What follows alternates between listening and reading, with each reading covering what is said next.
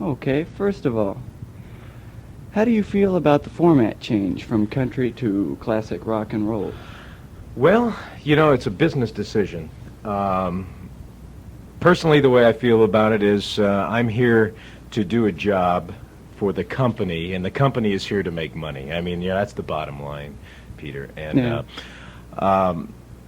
Being an Indian, so to speak, and then being the Chiefs, you don't really have a lot to say in it. And, I'm always welcome to change, and I like change, and it keeps my presentation on the air fresh, and it's like a reawakening almost. And to coin the phrase that we use on the air, this is the music I grew up with. And I used to play in a rock and roll band in Los Angeles before I was in radio, and I used to play all these songs. So,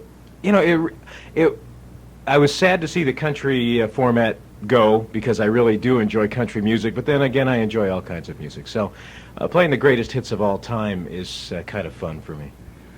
Was the format change due to change of ownership, or? Yeah, Infinity Broadcasting, which is out of New York City, they're strictly a radio company. They own about, at that time, I think they owned 6 or 7 radio stations throughout the country. Infinity chose to be country music.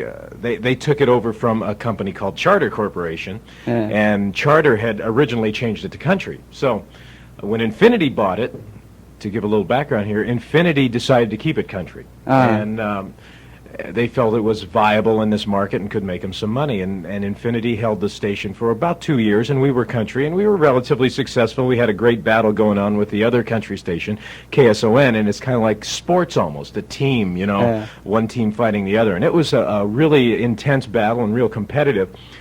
Eric Chandler Corporation then bought KCBQ from Infinity Corporation.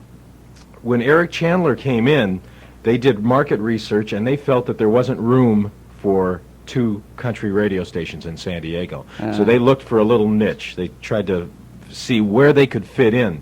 Eric Chandler Corporation owns a company called Avalon Attractions, which does a lot of the concerts here in San Diego.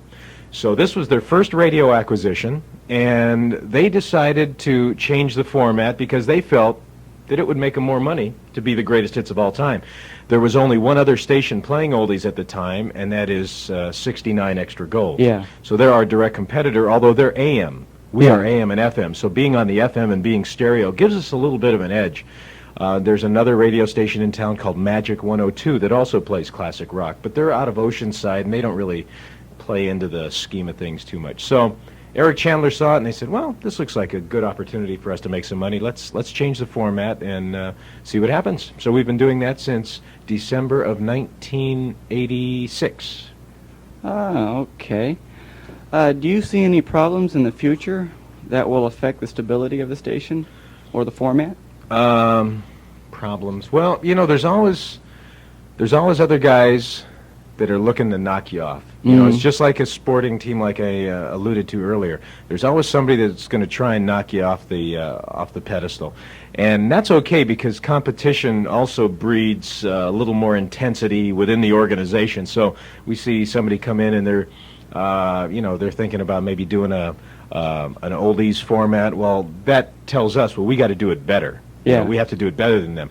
At this point, the competition in San Diego is such, like I mentioned, 69 Extra Gold, Magic 102. I think we're pretty stable with what we're doing. We've done a lot of research, and it points to the fact that people want to hear oldies, but they want to hear them in stereo. They don't want to hear them on AM, they want to hear them on FM. So we're not too worried about 69 Extra Gold at this point. But those are famous last words, too. Oh, yeah. Look what happened to Custer. Wearing those Arrow shirts. Oh, yeah.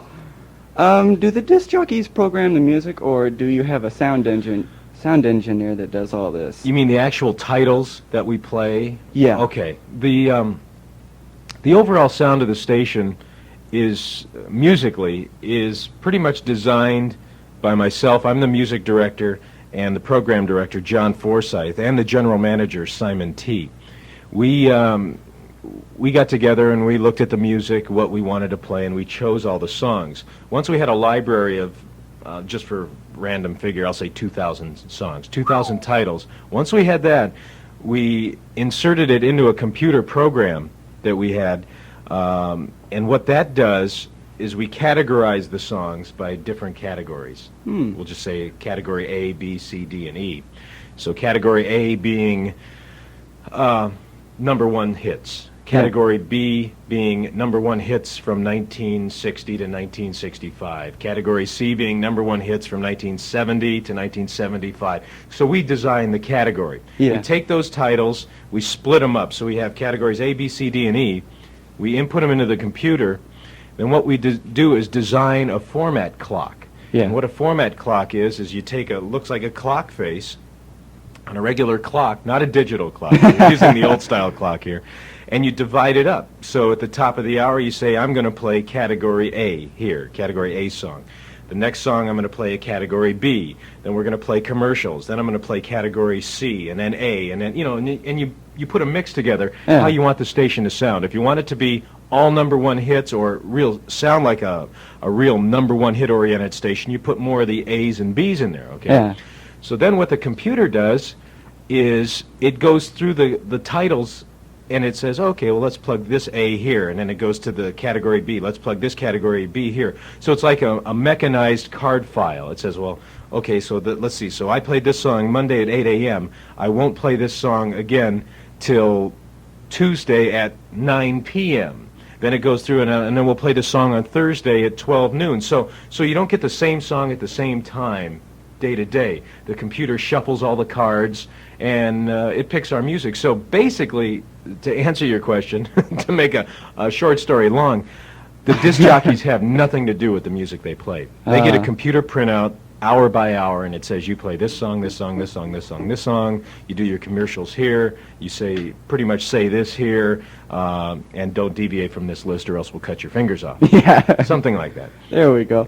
Most stations, boast that they use CDs.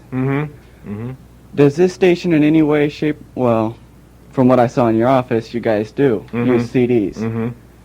Has the sound helped or hindered, or, I mean, what I'm trying to say is, okay, after all the filtration over the radio and everything, you can't really hear the difference, so what's the big deal? Okay, you're right, and especially if you're listening on AM radio, you'd never tell the difference. FM stinks. Yeah, the sound quality is... Well, with the oldies, you're looking at songs that were recorded in Stone Age technology. You know what I mean? Some of those songs literally were recorded in garages with one microphone, and no overdubs, nothing. That's the way it was done. Like some Buddy Holly songs or some Jerry Lee Lewis songs. So what you have is those songs that were marginal, technically at best, put onto compact disc, which means that marginal quality is now on a high-quality media, like a compact disc, so it makes the crummy sound even cleaner and crummier. You know what I mean? I mean, it's like, but there is a benefit to that, because some of the music that they do remaster on CD, they enhance a little bit to clean up the sound, to take away some of the hiss. Some purists would say, no, that's no good. It's like colorization of those black and white movies. So don't mess with it. And we don't really mess with it at all. We don't do any colorization, so to speak, tone colorization here at the radio station. Compact disc on some of the songs that were recorded past, say, 1974, 75, you can tell the difference. They sound a lot cleaner. What it does for me as a music director at the radio station, it makes it a lot easier for me to put a song on the radio. For example, if I wanted to put a new song on that I just found, a great oldie that we're not playing, I'd have to physically get the record. I'd have to then take one of these carts, which our listening audience can't see. Take a cart. I'd have to put the cart in the cart machine. I'd have to tape from the turntable onto the cart, take the cart, put it into the control room. Okay, that's one step. I get a compact disc. I take the CD. I put it in the control room. We play it directly. So you lose that step. So from my standpoint, it makes it a lot easier. I don't have to have somebody dub the music onto carts. So I can just take the CD, I can find out what cuts I want to play, put it in the control room, and then start programming those cuts. It's from a disc jockey standpoint, being in radio for about 16 or 17 years, I guess. I'm so used to putting a cart in a machine to playing a song. You know, it's like that's easy. You put the cart in, you push the button, and it starts and it plays. A compact disc is different because it has maybe 12, 24, 25 cuts on it. Yeah. You have to put it into the machine, you have to tray the machine in, you have to program what cut you want to play, and then you play it. So it makes another couple of steps for the disc jockey on the air, too. Yeah. Okay. In your observation, you guys give free money away for calling in on what song. Mm-hmm.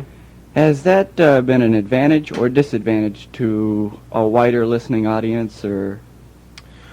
Well, you know, there's a couple of different kinds of contesting in radio. There are contests that are designed to attract listeners, Mm-hmm. and there are contests which are designed to keep the listeners you already have happy. Yeah. Okay. So, for example, the money song, you hear the song, you win $1,000. That basically is designed to keep the people that we already have listening. Yeah. Okay. So you're listening to the station anyway, and you go, oh, gosh, I can win $1,000. I'm going to stick around and trying to win that. That does nothing for the guy who's out in his car listening to 69 Extra Gold, who we want to come over and listen to us. So those type of contests are such that we go out into the community and maybe do some contest in a Vons store like we're having right now in Vons, or we're doing something at SeaWorld, where those people can go, oh gosh, I didn't know there was another oldies station in town. I'm going to have to listen to those guys. So then maybe they'll listen to us and they'll go, gee, you know, they're not too bad. And what's this? I can win $1,000? Well, I'm going to stay and listen. So those are the two basic kinds. One is an audience building, and one is an audience maintenance contest. That's you know, that's the way they're designed. Okay. How do you feel about your work as a disc jockey?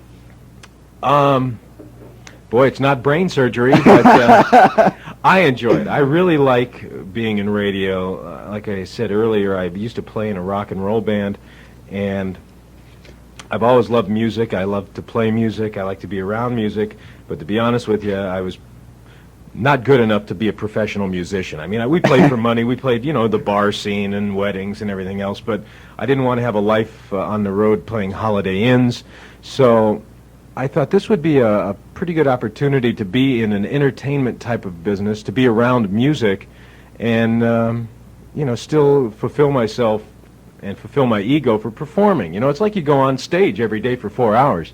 So I really like it. I mean, you know, a lot of people think it's you know, real tough business, and it is to a certain degree, and you have to have a certain personality to be in radio. You know, you have to be a little goofy, you have to walk to the beat of a different drummer sometimes, but it's also a business, so you got to kind of balance that out. You know, you got to have a little business sense where you can, you know, you can communicate with the big shots at the radio station, because all they care about is the dollars and cents. They don't really, you know, you're a number. You're a player on the team. Yeah. You know, just like Dan Fouts today. You know, he's retiring. I mean, they can always find another quarterback. Yeah. You know, so it's a fun job, and I can't think of anything else I'd rather be doing now or in 10 or 15 years from now. God, I know what you mean, man. When I'm out there with my boss, man, out in front of a live crowd, and it's like, whoa, what electricity. Yeah, it's true. The difference, you do the mobile, the live presentation in front of people, that is different than radio, to the sense that you have instant feedback from people. You put on some, oh God, push the button, let's go to another radio station. So you don't get that instant feedback. So that's something that's a little bit different with radio. It's like when I'm practicing out in the garage, it's like I'm just getting into it, man. Before I was like, I don't have a crowd and I'm not going anywhere. But now, man, I'm alive. Yeah, boy. you gotta be. You're performing. People have come to dance to you, or to, you know, to be entertained by you. So, what does the future hold for Sonny West? Let me look into my crystal microphone. I don't know. You know, I just want to be a disc jockey. A lot of people have these aspirations to go on and get into management and to station ownership and be program directors and whatnot. And I've been a program director at 3 radio stations, and I used to have aspirations to be a radio station owner and that type of thing. I really enjoy being a disc jockey. You know, you know, there's there's like, guys on, well, I don't know, sports players, there's a lineman who wants to be a quarterback, and, no, you need linemen, you need disc jockeys. That's all I want to be. I just want to, because I enjoy what I do. That 4 hours I'm on the air is like, I'm on a little island, and I'm listening, I'm playing music that I enjoy, and I'm communicating with people in San Diego that I really enjoy. There's so many great people here in San Diego, and I love San Diego. There's so much going on here, so that's what the future lies. Okay, what type of warning was the public given when the change of format took place? Because I was listening to the radio, and about 2:30, all of a sudden we went to rock and roll. I'm all, what the heck is going on? Yeah, that's about the warning you got. Actually, it was 6 o'clock, and actually 6 o'clock, yeah. Okay. And the only warning was at 6:01 when Bill Moffat was on the air. He said, "Here's a $14 million request for," and he listed the new owners of the radio station. 14 million. Yeah, that's what the station is sold for. Yeah, and the next song was "Satisfaction" by the Rolling Stones. There we go. So we were all standing in the hallway here because we had been called down by management. They wanted to talk to us about our futures here at the radio station, and all of us country jocks were here going, "Gee, I forget what the last country song was, to be honest with you, but it's something that we've all played, 100 times, and it's then all of a sudden to hear Satisfaction on the radio, and it was no longer KCBQ, it was Eagle 105, kind of a shock to us, and I'm sure a shock to the guy who was driving his pickup truck coming home from Lakeside going, "What the hell is going on here?" Oh, yeah. Oh, are there any further format changes foreseen in the station's future? To be honest with you, I can't answer that question because I'm not involved in the inner workings. I mean, there could be. They could be plotting in their little ivory tower right now going, hey, today at 6 o'clock we're going to go, all Indonesian war chants or something. And when you've been in the business for a certain length of time, it doesn't really matter the kind of music that you play. Yeah. What matters is how you are on the radio. Because when I'm on the air, as much as I like these songs, as much as I love country, you're sitting there, you do a break. This is Eagle 105 with Sonny West. It's 3:35. It's a great day in San Diego. Blah blah blah. And you play a song. While that song is going on, I usually turn the monitor down and try to figure out what I'm going to say on my next break. Yeah. So. I know what songs are playing, but I'm not listening to them because I've got other business to attend to. I've got to do the things that need to be done. So whether I'm playing the greatest hits of all time, or I'm playing country western, or I'm playing Indonesian war chants, I'm not listening to it anyway. I'm just trying to figure a way how I can relate to the audience that is listening to that. Yeah. So that's basically our job. Okay, how does Eagle 105 stack up in the ratings? Has it been boosted since the change? When we changed in December of 1968, the first rating book came out around March or April, and we went up considerably. Rather than get into all the Arbitron figures and rating stuff, just to give you an idea, say on a scale of 1 to 10, excuse me, country was maybe at a 4. Okay, when we came in with the Eagle, we went up to like a 6. Yeah. Okay, so now we have kind of, since then, that's been a year ago, since then we have tapered down, we're right around, say, a 5. Yeah. Okay, whereas to put that in perspective, Q106 is maybe an 8, B100 is maybe a 7, Extra Gold is maybe a 2, so that's where we stand. We're kind of right in the middle of the pile. Well, I'd say, there are more teens around here, so it's more to the current stuff. Mm-hmm. And the closer you were getting to the current stuff and out of the country, the more teens were coming in, Well, there is a limited number of country western audience. Country has come a long way. And it has really moved along with the technology and has really cleaned up its act. I mean, you listen to some of the real slick country stuff. I mean, that's really highly produced, good music. But the audience in San Diego, say out of the entire population of San Diego, which will put it like 2 million people, maybe out of the entire population, how many would you say listen to country? Maybe 10%? So out of 2 million people, you're talking an audience of maybe 200,000 Okay, so that's not a lot. So when you look at everything else, when you look at like the people that listen to our radio station, you can figure them also listening to Q106, B100, KGB-FM, K-Light. You know, I mean, they'll push buttons in their car. They'll go from, well, gee, I feel like an oldie now. Boink, you know, they turn us on. Oh, gee, I feel like a little current stuff. Boink, they'll go to B100. So that opens up the universe of audience tremendously, which that gives us a better chance of getting bigger numbers. Okay. Let's see. Are there any limitations to what the radio station plays? Musically, you mean? Musically, commercially. Okay.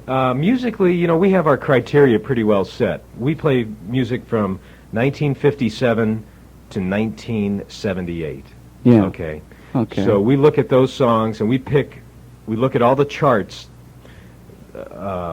from those years, and we look at the songs that were in the top 10. Yeah. Okay, so, and then we look at them that also were in the top 20. So we pick our music out of there. So there's a limited number of songs we play. Commercially, if somebody came in here and said, you know, by God, I'm going to put this here concert on, and we're going to have this great band called the Dead Mothers of Invention who shot John F. Kennedy, and we're going to come on and we're going to say dirty words on our commercial. You know, no, we don't need your money. I mean, so there are some, you know, there's some criteria that we use in screening all the material that comes on the Eagle. Okay. At any time, are radio shows or programs ever pre-recorded, and why? Yeah, as a matter of fact, we run a couple of pre-recorded shows on the weekend, and we receive those from other companies. The Cousin Brucey show, which is called Cruisin' America, that comes to us from a company in New York. Then there's one called Let the Good Times Roll, which runs on Sunday night. That comes to us from L.A. Local pre-recorded programming only if there is like a scheduling bind. Say for example that I had to have this Saturday off for some reason, or you know, some real good reason, and we had it all scheduled out where the schedule was going to fill out and I could have Saturday off, and then all of a sudden somebody gets in a car accident and can't make it, you know, say the day before, but I really need Saturday off, we don't have anybody to fill in. That Friday I might tape my show. Yeah. I might tape, what I'll do is I'll just tape the voice tracks. Yeah. And then I'll have somebody come in and actually play the music and the commercials and then just plug my voice tracks in. So, you know, it'll be like, okay, here's voice track 1. This runs at 10:10 Saturday morning. Yeah. Okay, and then I'll record a voice track. So, I mean, hi, this is Sonny West. It's about 10 minutes after 10 o'clock, you know, blah, blah, blah, blah, blah. And now here's music from the Eagles. And, you know, and then I'll have the music list so I'll know what songs are coming up. So I can pretty much make it sound like I'm there. Yeah. And we have done that in the past, but not too often. Not too often. At live broadcasts, what age group mostly shows up? Well, you know, our audience is designed to appeal to a segment of the population in San Diego aged 25 to 54. So you look at that and you figure, you know, most of those people, you know, mature adults, a lot of them are married, a lot of them have children. So it looks, we seem to get people right around 35 years old, and also kids between like 2 and 7. So we get, you know, adults and their kids, and that's normally the audience makeup when we do a live remote. Now, question: Who owned KCBQ AM and FM before it was bought out by Simon T? Okay, the owners were Infinity Broadcasting. Oh, Infinity. Yeah, Okay, yeah. I forgot. I'm sorry. That's okay. Now, for more personal questions. Oh no. What was your most embarrassing moment? Oh, well, I don't really, let's see, I've got one, which I'd, but anyway, it was my first radio job, and I was working in a little town of Kankakee, Illinois, and I had been there, I was working nights from 7 to midnight, and it was a rock and roll station, and I had been there maybe 2 or 3 months, and I was on the telephone with a young lady from one of the nearby colleges, and we were talking and what have you, and we weren't talking nasty, but, you know, suggestive conversation, as sometimes it would get, and I was talking on the telephone, and I just had the phone up to my ear, and I'm talking blah, blah, blah, blah, blah. Well, I had left my microphone on. Oh, God. So you could hear my end of the conversation over the air, but you couldn't hear hers. All you could hear was me going, yeah, gee, I'd really like to take you out and jump in the back seat, and blah, blah, blah, blah. And meanwhile, I look over, and all the lines on the phones are blinking. Oh, God. And I couldn't figure it out, and I'm talking on the phone. I says, this is incredible. I mean, you'd think I was doing a contest here, for crying out loud. Look at all the phones are lit up, and blah, blah, blah, blah, blah. And I said, hang on, let me take another phone call. So I put her on hold, and I said, it was WBYG. I said, yeah, good evening, WBYG. He's like, would you tell that guy on the radio his microphone is open, and we don't care about what he wants to do with that girl in the back seat. And at that point, I looked over and I saw my microphone switch on, and I turned 9 million shades of red, and I turned off my mic, and I told her, I'll talk to you later, and I hung up. This was about 11 o'clock at night, so the audience wasn't that big, but it was big enough to know. So from the rest of the night, I did not say a word. I just played music. That is my embarrassing moment. One of them, anyway. I bet you the management was pretty thrilled. Actually, he did find out, and he said, that's pretty dumb. Make sure your microphone is off, stupid. So, those are the kind of things you learn by your mistakes. Yeah. I will never do that again, believe me. Let's say for practical reasons, is the radio broadcast ever taped for legal reasons or say the safeguard of the disc jockey or what have you? Yeah, it is. We, downstairs, and I can show you around the station here, downstairs we have what's called a skimmer. And what it is, it's a tape that runs 24 hours a day. Yeah. So, non-stop it runs, and it records everything on the air. So, if there was, by chance, and this has happened in the past, matter of fact, this happened to me once when I was doing the morning show in country. Yeah. Somebody was going to file suit against me for slander and libel and some other stuff I said on the air, and we had the tape, and that tape was subpoenaed, and we brought it into court, and it was decided that no big deal. So we do have that, and it safeguards the radio station, and it could also be a disc jockey's nightmare as well. Yeah. I mean, if I had that phone conversation with that girl and there was a skimmer going, I'd still have a copy of that. Oh, let's see here. How would you let's see, lost my place here. How would you describe Eagle 105 in one word? In one word? Yeah, think about that real hard. Funtabulous. I know that's not a word. No, I'd have to say fun. That's what we'd like it to come across on the air. Just fun. People listen to us because they have fun when they hear the songs, they have fun when they play the contests, they have fun when the disc jockey makes a dumb remark. That's basically it. Yeah. You mentioned one station that you worked at. What are some others before? Let's see. Let's see. Let me go down the list here. KCBQ, Eagle 105. I've been here for 7 years. Prior to that, I worked at what is now 69 Extra Gold. At that time was the Mighty 690. Yeah. I did that.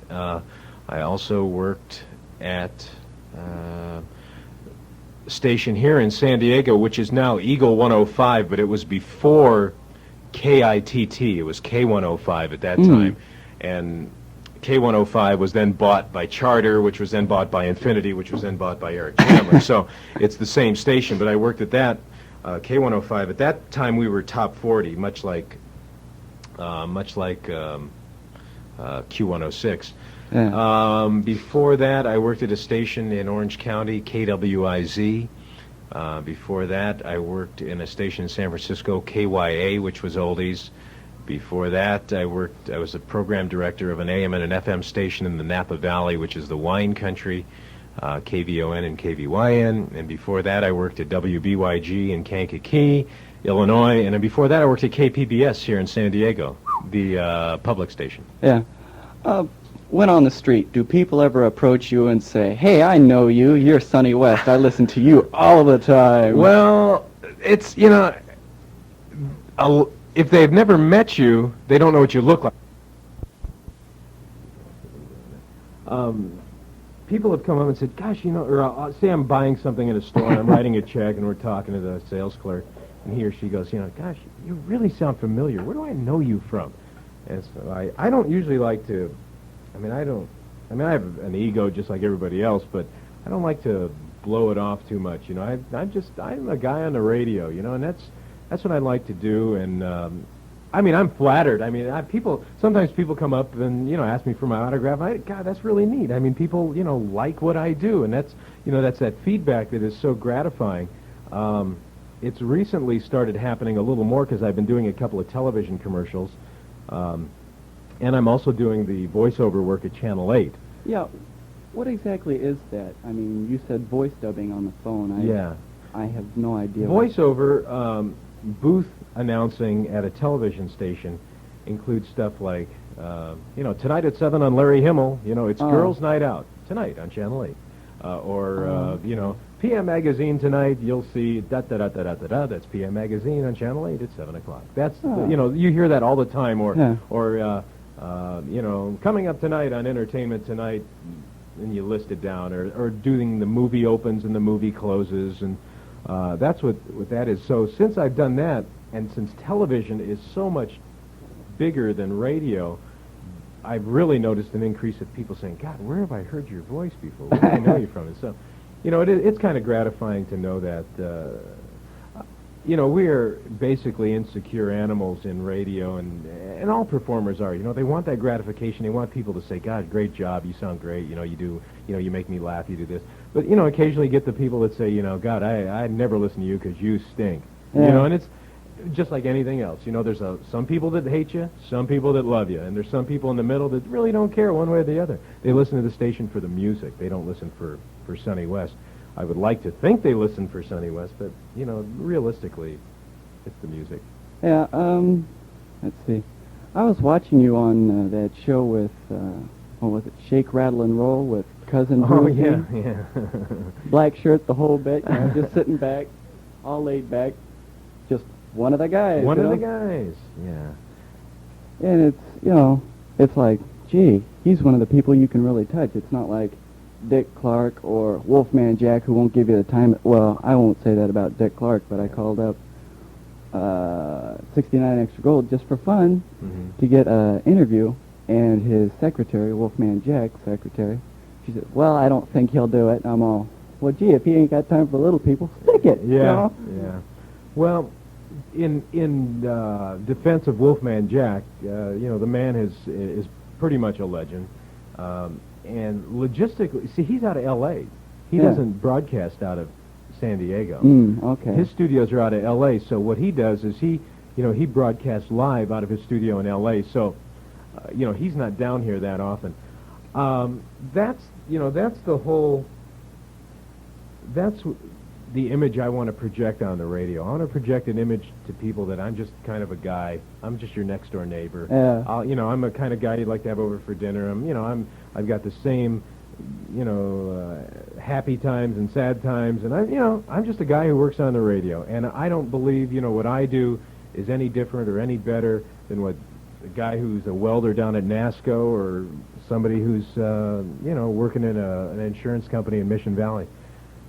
It's a job, a fun job. I like it, and I don't put myself above anybody else. There's no reason to. We're all just here for the same purpose, to make a living, to have a good life, to enjoy San Diego, and to have some fun while we're doing it. I don't mean to get you on defense or anything, but I've heard that some disc jockeys use stage names. Mm-hmm. This is going to put you on the line because is Sonny West a stage name? Yeah, it is. To be honest with you, it is, and I'll tell you why. When I was working at a couple of other radio stations using my real name, people can get your phone numbers, can find your address. You go in to write a check for someplace, and it's got all your pertinent information on it. The clerk, 99% of the people aren't going to mess with you. And, but there's that 1% out there that you never really know. And I started getting calls in the middle of the night. I got a death threat once because of something I said on the air. And so I do it strictly, not to hide anything, strictly for security.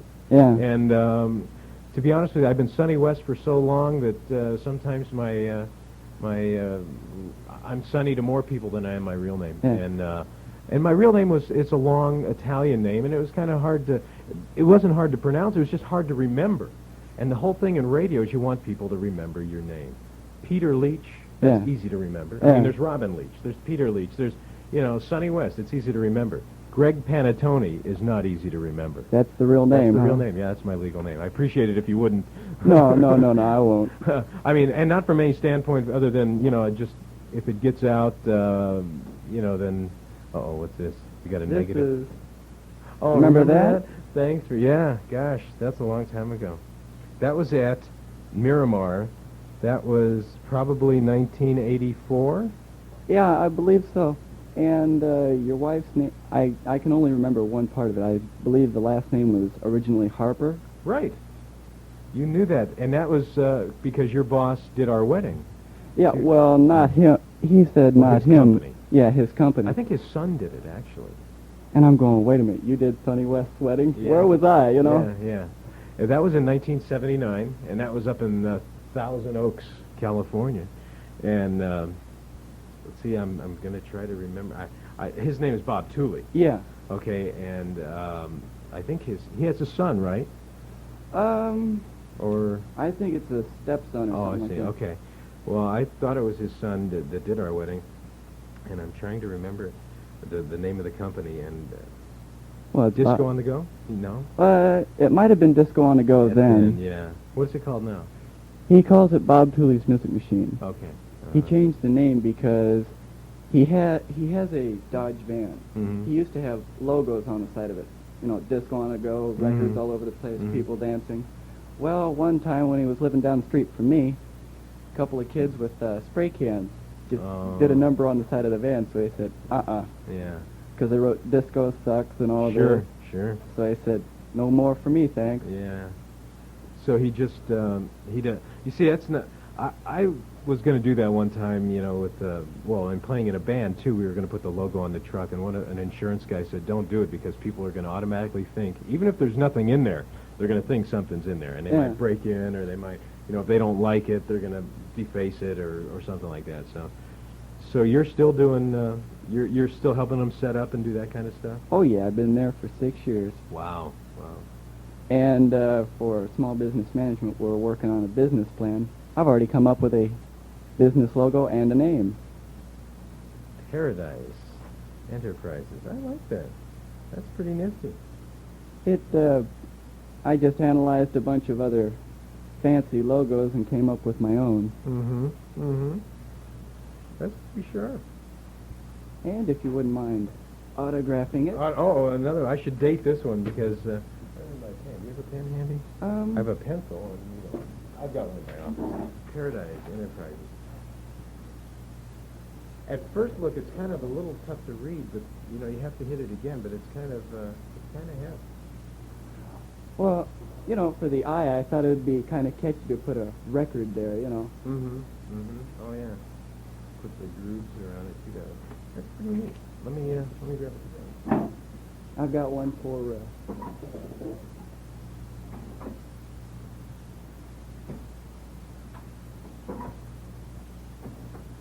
You've got I'd like to see a copy of your final. Sure. Too. I'll bring it down here myself if you like. Yeah, that'd be outstanding. I don't think my signature has changed. That's okay. It's just the radio station that's changed. Yeah, that's. Yeah, I try to call up here and I'm all. Am I going to get a lot of slack trying to get through or what? I call up, patch me through to your office, and it's like, and it's like, wait a minute, that was too easy. Yeah. Well, there's sometimes it gets a little bit busy, a little bit crazy, but I usually try to talk to everybody who calls in because I remember when I used to listen to radio, and I'd call up and I couldn't get the disc jockey, and I go, gosh darn it, and every once in a while, the ones that I did get, God, I'd remember it. I'd always remember. Yeah. It's like, at least he took the time to talk to me. At least he took the time to say, I'm too busy, I can't talk to you. You know what I mean? But still, there's some guys that you can't even get through. It's like when I came up to you in Miramar, I'm going, got a star, yeah! A star is born. And they introduce, and a local celebrity from KCBQ FM, Sonny West, stand up and take a bow. You're all... Well, you know, I get, you know, I enjoy it, and I really do. I like being in front of people, and yet I'm still a little bit shy. I'm just like your typical guy. I mean, I like to get up. I like the applause. I like people to say, "Yeah, you're great. I love you," and all that. But still, I just view it as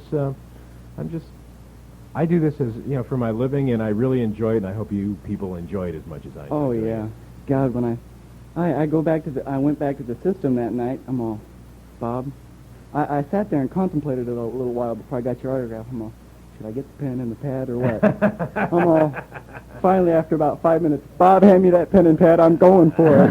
Oh God, anytime. I enjoy meeting people that listen to the radio because. Well, I know you're pressed for time, so I think that's where we'll end. Great. Well,